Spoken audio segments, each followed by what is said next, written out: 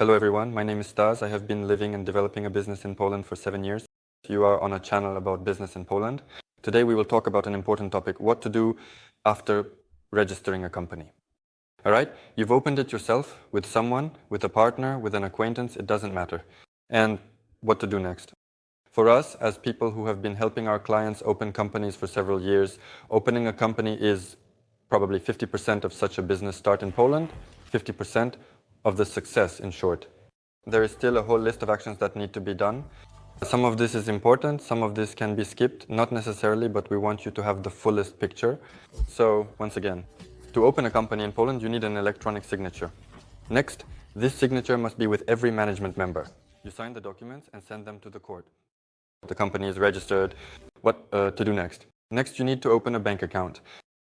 A company in Poland cannot function fully without a bank account. A bank account is opened only in the presence of one of the management members, which means you need to somehow come to Poland. Considering all the quarantine and pandemic situations, there are several options.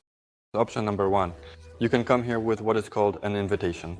That is, the host party can issue you an official invitation stating that we, such and such, invite you here to Poland. Here is the stamp, here is our contact address. Please give it to the party that is traveling. Visa option number 2.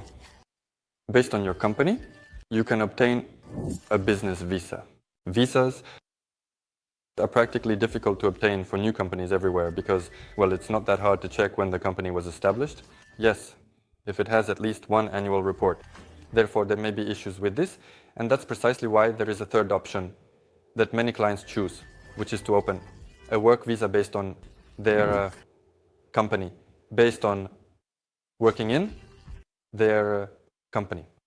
And here's another important point. There will be many important points today. If you are from Ukraine, Russia, Belarus, and a few other countries, we will leave the list of these countries below the video. You can get a super fast work permit. It's called oświadczenie o pracy, and it takes about 10 days. And this speeds up the entire process even more. If you are from other countries, you need to obtain a work permit, which takes about 2 months. So you have this document, and based on it, you also apply for a visa. Then you arrive here. A separate discussion is needed regarding the vaccine and everything else, but let's assume that you have the vaccine and don't need to quarantine. You arrive here, and the first thing you need to do is open a bank account. The procedure for opening a bank account varies from bank to bank. Some people are very confused. Some are asking for a residence permit. Some are asking for a place where they can send a card in some banks, such as Millennium, now Tali. They ask for a residence card. However, at the same time, this doesn't mean it's something terrible, and you will definitely be refused. This doesn't mean that if you are from Russia or Kazakhstan, you will be treated differently there. The procedure is the same for everyone. Standard questions like what the company does, who your partners, clients, and contractors are. All of this is resolved very easily. For everyone we help to open a company, we managed to open a bank account for all of them. Therefore, I don't have any statistics on refusals. Everything generally works. Come to Krakow and we will help you open a bank account. So, friends, the minimum set of what you need is a company, a bank account, and a legal address with accounting.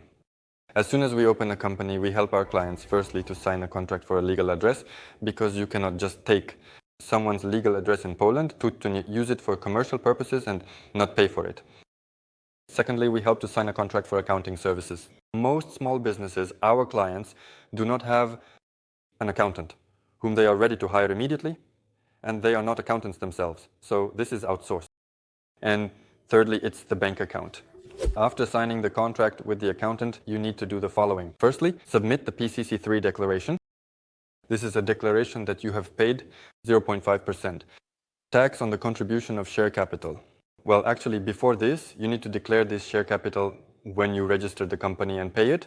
That is, you physically need to, if it's 5,000 zlotys, 25 zlotys, deposit it into the account at the tax office and make this payment. And the accountant submits this declaration. We had a couple of adventures with declarations. That is, there were cases where clients paid, but they paid to the wrong place, and then the company had a debt. So pay close attention to this step. If you later apply for some permit or need to get some certificates, sometimes those 25 zlotys can mess things up, basically.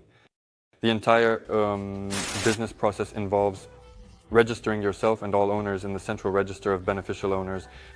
This was introduced a few years ago. They immediately imposed a hefty fine. $1 million fine if you don't do it. So it's not a very complicated procedure.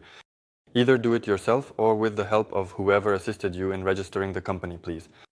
The next declaration is in IP8. This is the registration of the company as a taxpayer. Usually, this declaration is also submitted by an accountant. I personally have never done it myself, nor have I submitted it. There's no point, it's a simple procedure, purely accounting. Next, you need to learn how to issue invoices and also pay for the service you will use for issuing. Invoices for issuing invoices. A few years ago, Poland introduced a law that invoices must be issued through a certain service, meaning you can't just sit and issue these invoices in Excel, and accordingly you need to find it. We will leave a link in the description to the service we use. You will need to pay for it and learn how to issue these invoices. Yes, there are several, up to 5 invoices per month, I think, even for free, but it doesn't cost very much. The next thing that you can, and most likely 90% of you need to do, is apply for VAT. Usually our clients we help them open a company, then opening a bank account, signing all contracts and immediately submitting the VAT and EU VAT declaration for those who need it, so that while it is being registered, you can attend to other matters. Therefore, VAT, it doesn't just appear on its own. You need to submit a declaration for the government agency to register it for you. With VAT, friends, there are many nuances. For example, how you appear in the EU VAT register, such as inspections, when they occur, and whether they can happen or not. In general, if you're interested in the topic of VAT, and most importantly, how to refund it, not refund it, and to whom to issue a VAT invoice and to whom not. If you're interested in this topic, write yes interested below the video or write VAT WAB, and then I'll understand that this topic interests you and I'll make a video. After you have registered in VAT, you have a VAT number you need to register in the white list Platnikov VAT. This is the white list of VAT payers.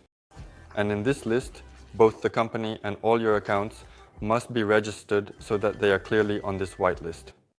And the system in Poland works in such a way that if you paid someone to their account and they were not on this white list of payers, then it's kind of your problem and you might be fined.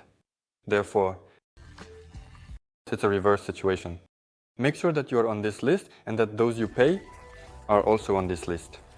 Next, for those involved in the goods business, for those engaged in freight transportation, this might be useful. Import, export. It's the EORI number, it's a customs number. That is not very difficult to obtain, but you still need to apply for it and get it separately. Without this number, you cannot engage in import and export, including within the EU territory. You still need to obtain it. So, for those who want to do business within Poland, on Polish territory selling some goods or services, you need a cash register.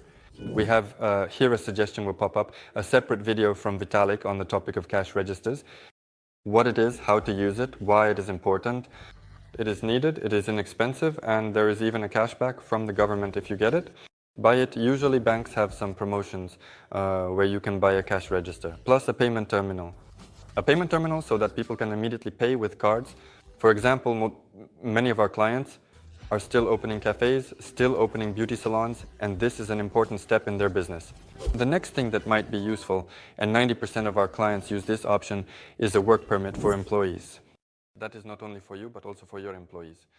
Why? Because most of our entrepreneurs, Russian speaking, hire employees who also speak Russian.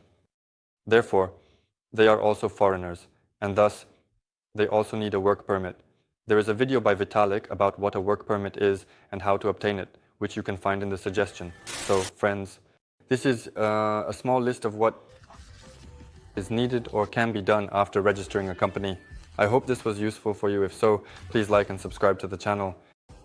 And there are many more things that already depend on what the company will be doing. Some need to obtain A1 certificates for employees. Some need to get a transport license. Some have an offline premises. They need a sanitary epidemiological SONAM inspection. That is, there can be so many variations and nuances that I don't want to waste your time if it doesn't suit you. But we can help with this.